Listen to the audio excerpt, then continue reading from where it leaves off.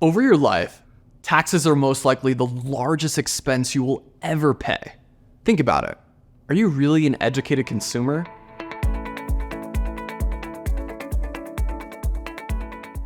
Workplace benefits maximization was the first mini plan. The second is tax minimization.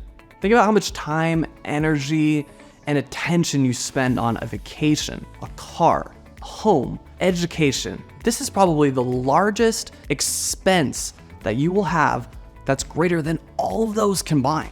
So the first category is withholding and estimates. This is the blocking and tackling that any employee needs to get right to avoid a huge tax surprise, either positive or negative, come April 15th. This means getting intentional and being specific with how much you owe the IRS throughout the entire year, with equity vests, bonuses, promotions, and other things that could be a huge gift to your cash flow.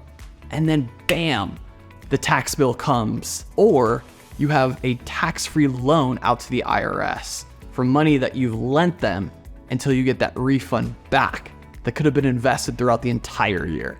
The second category within tax minimization is a backdoor Roth and a mega backdoor Roth. The first is a backdoor Roth IRA contribution. You may have been told that you make too much money to contribute to a Roth IRA. That's not entirely true. If you're set up correctly, you could make a contribution into your IRA that's non-deductible and then convert that money to your Roth IRA. Now, there are certain things that need to be addressed and taken care of for that to happen, but that means no matter how much money you make, you can still get money going through the back way into a Roth IRA. The second is even greater benefit. It's called a mega backdoor Roth. Many employers offer this. First, you're gonna make your maximum pre-tax contribution. The IRS is gonna set that limit every year. Next, you're gonna have your employer match your contribution. And lastly, you have the ability to put in money after tax. Now, that third bucket can be significant. It could be anywhere from $10,000 to $30,000 approximately in after-tax Roth dollars that are going into your 401k.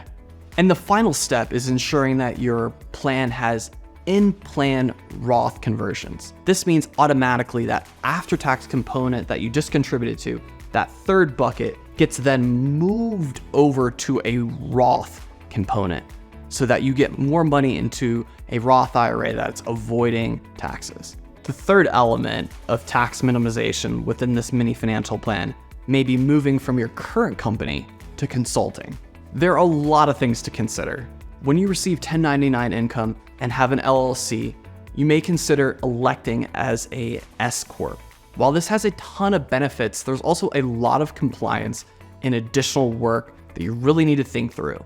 The great thing is there are now so many benefits along with this freedom to do what you may love and pay a lot less in taxes. The fourth category of tax minimization is a health savings account.